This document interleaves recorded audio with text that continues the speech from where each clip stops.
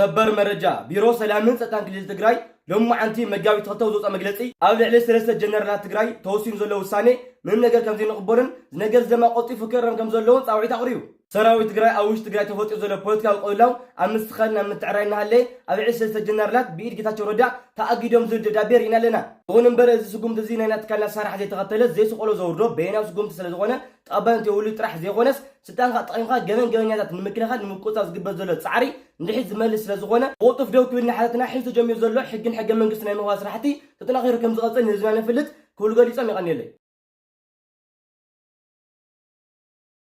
ሰበር መረጃ በትግራይ ክልል መቀለ ውስጥ ውጥረት ነግሷል። ዛሬ ሌሊት ጀምሮ ብዛት ያለው ሰራዊትና መትረየስ የጫኑ የፓትሮል መኪኖች በመቀለ ከተማ ከፍተኛ እንቅስቃሴ እያደረጉ መሆኑ ተሰምቷል። በትግራይ ክልል ሰሞኑን ውጥረት ነግሶባት የከረመችው አዲግራት ከተማ በዛሬው ዕለት በደብረጽዮን ገብረ ሚካኤል በሚመራው የህወሓት ጦር ቁጥጥር ስር መግባቱ ተገልጿል። አቶ ጌታቸው ረዳ የክልሉ ሰላምና ጸጥታ ቢሮ ትዕዛዝ አልቀበልም አልፈጽምም በማለት የአንድ ቡድን ወታደራዊ ክንፍ ሆኗል ሲሉ ባንጻሩም የክልሉ ሰላምና ጸጥታ ቢሮ በበኩሉ ደግሞ የህግ ማስከበር እርምጃው ይቀጥላል ሲል መግለጫ አውጥቷል።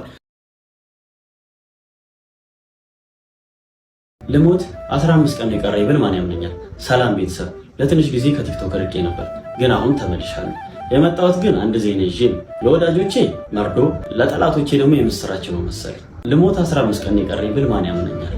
ከልቤ ነው።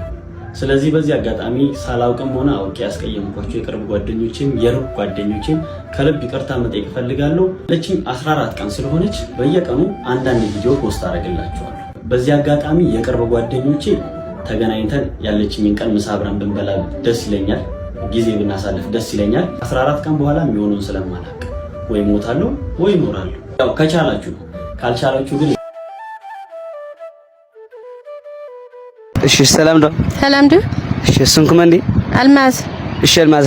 حتى كده تملسك شعر ሽልማት ነው ዋይ حتتኒ ልቡና ይኮነን እሺ ካብ ትውልድ እስካብ ሕዚ ክንደይ ስዳር ተሰዲርኪ ዋይ ይድፋኻ አጣው ዋይ አጃው መከረ ዋይ ታላይ ደሊ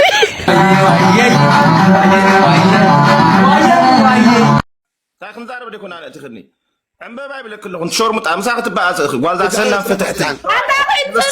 نعم صريف كاتر نغيركاي انت يخص صريف كاتر تكبر نزا خبر حساب خبر الله كخبرك نعم صرفني ህፃን ቆልዓ ጓኪ ፀገበት እዎ ታይዳም ወይዘሮ መብራህታ ደርባዕተ ቆልዑ በ1960 ዓመተ ምህረት ተወሊደን ኣብ 64 ዕድሜን ዓሪፈን ኣለዋ ምን ቤታ መብራህታ ግዴሽ ማነታ አታክዕልልታ ተቆይነልኻ አነ እኮ ፍቅረኛ ባዕላል ዓርፈት ኮ ይመስልኒ ነይር ወይ ሞ ባዕላኩ ያ 18 እየዶ ወይ አታነ ilmoት ኸዋይ ሞላየ ላይ አፍሐርለይ ሞ ፍቅረኛ ሽጎርያ ነይርን ማለት ዲ اتقدم نيرك تسمي قلبك لك حج سمي تا قداميت حطونا فاندشا مالت بتغرنيا كترغم كلو انتاي مالت ايو قالتو بمحرنيا تصحيفو زلا ناب تغرنيا خلوت كل انتاي مالت قالكاني وي يخون فاندشا يخون فانديا وي يخون فانديا ካልአይቲ ሕቶ ባህር ዛፍ ማለት በመሓርኛ ናብ ትግርኛ ክትርጎም ከሎ እንታይ ይባሃል? ባህር ዛፍ ይኸውን ብርዛፍ ለማዓንተ እኳ ተረኺና ነርና ዋ ወልዕቁበይ እንዲአን ብሓንሳብ ፀበል መሳቲት እኳ ኢና ናብ ሳልሰይቲ ሕቶ ክንኣቱ ኢና በረኛ ማለት بتغرنيا خطرغم كلو انتاي مالت ايو برنيا يخون مصانيا وداي خون مصانيا كلا ذكرك واكا حتى خندي مصانيا كادن زنبرن بزغوزا يبلا راغص ودي انا زنبرا لمدو تغتعنو نو الحد يله مصانيا سي راغص تودينا نيرنا زوداي من كنغركا رابعيتن ودات حطون እሺ ውሻ ማለት በትግርኛ ክትርጎም ከሎ እንታይ ማለት እዩ ክንደይ ይፈኩስ ትሕተኻ ውሻ ይኸውን ጋሻ ይኸውን ክሻ ወዳይ ወዚፉን ወዲ ትብለጽ معنتك تحراني يخن معلت دخن قير وشاش كشاي بارتوتو خمسالكم ايه نتقيحكم عن قوق ندابلكم دملكاي بلخ معلتي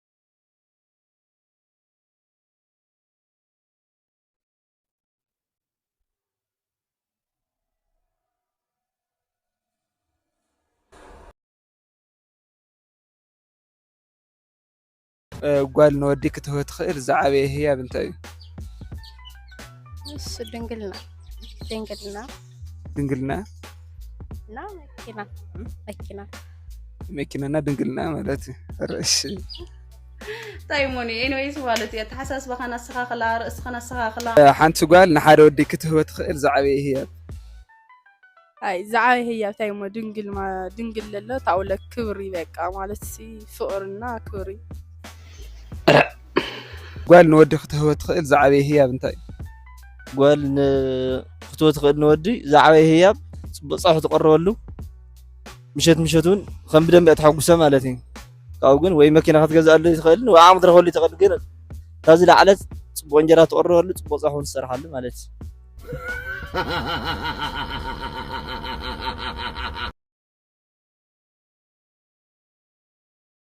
ገርሞኩም አጋጣሚ ሓደ ወዲ እንደርታ ወዲ ተንቤኒ ኣብ ዳቡና ይጋነይ ድሓር ብጨዋታ ዳተኸራኸሮም መንጉ ተጓኒ ጸብ እሞዳታ ካውታ ኢልዎ ዘወዲ እንደርታ ኸድ በቃስ ከደ ዓድኻ ይተጽመና ኢልዎ ዋይ إلو زود تنبين تناديل عدي كويس لنا متى عدي الخد عدي الحمد لله مقالة يشكرك الحمد لله يلو أتانا متى عدني كا زود النرتا عدي كل كله زود تنبين سمع إلو زود تنبين تناديل الدحر عنا ني وزعنا وبيلو واه تناديل زود النرتا نمتى عنا ني كاوزي كاو زود تنبين وازا يا خوني تايدي زنا هاتو هانس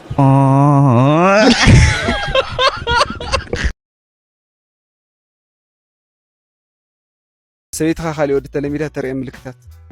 سويتها وتلميذها مالتي بقى غندزنا درهص كاو ولا بقى ناديتي مصين قالون لك تايتلك وانا عم انت لما عند استاخي انا قالت لك يا سوق حمني هو قالت لك ناديتي مصين لك كل غزي قوم عايز بحريات ترى مالتي كاو مشى بقى زعسو انجرا توكا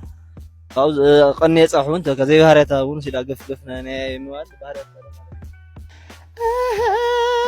شكرات أوداتن أقولاتن أم تورحي ولدو شكرات أوداتن أقولاتن أم تورحي ندعي أنا بيزوي ما هنا سنة يتولد أنا بتهناتي سنة أوداتك شيء